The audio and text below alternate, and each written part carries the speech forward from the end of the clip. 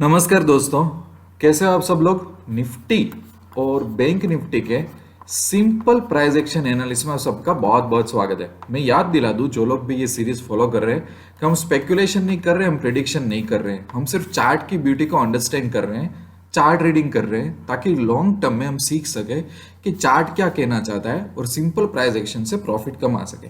मुझे कुछ क्वेरी आई कि सर अभी एक दो दिन में जो मार्केट गिरा या तो कंसोलिडेशन हुआ उससे थोड़ा कंफ्यूजिंग लग रहा है चार्ट, राइट। कंफ्यूजिंग लग सकता है। क्यों? क्योंकि अभी तक ज्यादातर निफ्टी में क्लियर था कि भाई अपसाइड का एक मोमेंटम है। बैंक निफ्टी में थोड़े हम कॉशियस थे, ठीक है, पर बैंक निफ्टी में वीकनेस चालू हो गई थी, पता थी हमें। तो अब क्या किया जाए? देखो कुछ कंफ्यूजन नहीं है। जैसे हम गाड़ी के ड्राइवर होते हैं, कार चलाते हैं तो अपना रास्ता ढूंढना पड़ता है ट्रैफिक में या कहीं पे भी, तो हम अपना रास्ता ढूंढ लेंगे। देखते हैं कि क्या हुआ। ये मैंने निफ्टी का 1 आवर का चार्ट लिया हुआ है, ठीक है। 1 आवर के चार्ट में देखो कि इसने इसने ना मल्टीपल कैंडल्स यहाँ पे बनाई है और 1 आवर के चार्ट चार्ट में कुछ खास प्रोग्रेस नहीं है निफ्टी में। 1 आवर के चार्ट में दूसरा कि निफ्टी ने पहली बार क्या किया कि जो हाई मारा था 16,700 का, 16,700 का, उसके बाद वो नीचे आया। अब साइकोलॉजिकली मान सकते हैं कि चलो एक शॉर्ट टर्म में उसने अपने को एक रेजिस्टेंस का लेवल दे दिया। हालांकि मैं ये चाहता हूं कि अगर निफ्टी एक अच्छा रेजिस्टेंस हम लोगों को देना चाहता है तो एक दो बार प्राइस रिजेक्शन हो यहाँ आके कि भाई मैं 16,700 से ऊपर नहीं जा रहा हूं, तो मुझे ज्यादा विश्वास होगा। तो मैं एक टेम्पररीली माइंडसेट में 16,700 एक टेम्पररी रेजिस्टेंस लगा के बैठा हूं कि अब उसको अच्छी तरह से बुलिशनेस जाने के लिए ये तो लेवल तोड़ना ही होगा। और मोर इंपॉर्टेंटली 17,000 का लेवल, पर पहले तो ये लेवल तो तोड़ना ही होगा क्योंकि वहां से वो नीचे आया है 2 दिन।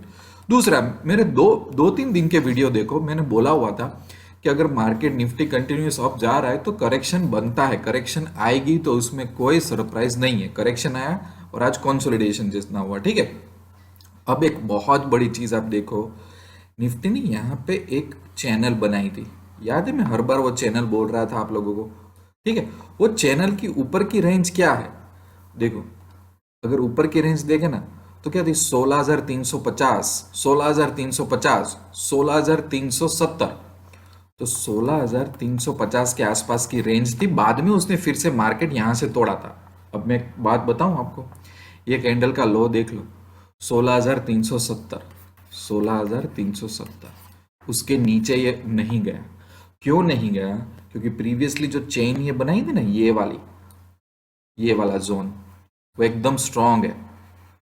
वहीं पे उसने एग्जैक्ट सपोर्ट ले लिया। और मैंने ये बताया था, पिछले 2-3 वीडियो जाके देख लो, मैंने ये बताया था कि ये चेन बहुत ही अच्छा सपोर्ट एंड रेजिस्टेंस का काम करने वाली है। दूसरा, नीचे की तरफ देखा जाए तो मैंने बोला था 16,100, 16,200 का एक बहुत बड़ा सपोर्ट है जो निफ्टी इंटरिम बेसिस पे नहीं तोड़ेगा। यहां पे उसने नहीं तोड़ा। अब मेरी रणनीति क्या होनी चाहिए, अब मैं आपको बताता हूं। ऊपर की तरफ जो रेजिस्टेंस में उसने यहां पे सपोर्ट ले लिया है, तो 16,350 का लेवल अगर निफ्टी नहीं तोड़ता है तो मैं बाय करूंगा, ठीक है। अगर 16,350 का लेवल तोड़ता है तो मैं पुट या तो शॉर्ट करके 16,100 का टारगेट के लिए मैं बैठ जाऊंगा। अभी क्या होगा, जो निफ्टी में जो ट्रेंड बना है इसके हिसाब से हम लेवल, जैसे लेवल के बेस पे हम पुट बाय करेंगे या तो कॉल बाय करेंगे, ऊपर नीचे की तरफ मूव करेंगे। और लॉन्ग टर्म के लिए देखो, अगर इसने 16,100 तोड़ दिया ना तो सीधा हम 15,800 के लेवल पे आ जाएंगे और नीचे सीधा 15,500 पे। पर मुझे लग नहीं रहा है कि उतना जल्दी हम आ जाएंगे। निफ्टी अभी रेंज में थोड़ा बोरिंग तरीके से खेलता रहेगा। तो 16,350 का लेवल देखना है। अगर वो उसने सरवाइव कर लिया तो वहां से ऊपर जाएगा। अगेन ऊपर तो रेंज बना के वो बैठा ही है, उसमें तो अपने को कोई डाउट नहीं है। और नीचे 16,100 में फिर से एक सपोर्ट है। अगर ये भी तोड़ देता है तो फिर 15,800, 15,600 ये सब लेवल देखने को मिलेंगे। पर यहाँ से तो बहुत बड़ा सपोर्ट है क्योंकि यहाँ पे बाइंग, एक्चुअली ये लेवल से तो बाइंग बहुत बड़ी शुरू हुई। तो मैं नहीं सोच रहा कि भाई उतना आ जाएगा, पर मैंने आपको बता दिया कि किस तरह से इसमें खेलना है। उसी तरह से देखो, एक और चीज मैं आपको बता देता हूँ। निफ्टी का ये 26 अगस्त तक का ओपन इंटरेस्ट है। अब है ना, पुट राइटिंग की तरफ और कॉल राइटिंग की तरफ भी यहाँ पे इक्वल एक्टिविटी हो जा रही है, ठीक है। जितने कॉल राइट हो रहे हैं उतने भी पुट राइट हो रहे हैं। इसका मतलब क्या है कि मुझे खेलना भी दोनों साइड पड़ेगा। अभी मेरा व्यू पॉइंट शॉर्ट टर्म के लिए, एकदम शॉर्ट टर्म के लिए मैं एक्सट्रीम बुलिश या तो एक्सट्रीम बेरिश नहीं रह सकता। हाँ, अभी भी चार्ट में स्ट्रेंथ है, ऐसा नहीं है कि ये बेरिश हो गया है निफ्टी। पर निफ्टी अभी एक रेंज में इस तरह से मेजर सपोर्ट और रेजिस्टेंस लेवल पे खेलता रहेगा, तो हमको भी खेलना पड़ेगा उसमें। समझ रहे हो? अब मेरा व्यू पॉइंट चेंज हो गया। अब बात कर लेते हैं बैंक निफ्टी के बारे में, तो और मजा आएगा। बैंक निफ्टी का ये भी 1 आवर का चार्ट है। बैंक निफ्टी में मैंने बोला था कि वीकनेस आ गई है, अब मैं नीचे की साइड सोच रहा हूं, अब मैं पुट बाय करूंगा, पहले वीडियोस जाके देख लो। और बैंक निफ्टी का ये जो सपोर्ट लेवल था ना, वो सीधा टूटा ना, तो सीधा नीचे आ गया। मैंने बोला था, देखो दूसरे वीडियो में जाके कंफर्म कर लेना कि 35,300 एक लास्ट सपोर्ट है, वो टूटा ना तो सीधा नीचे। तो मार्केट भले गैप डाउन खुला, बट वो कहाँ तक लो जाके आया?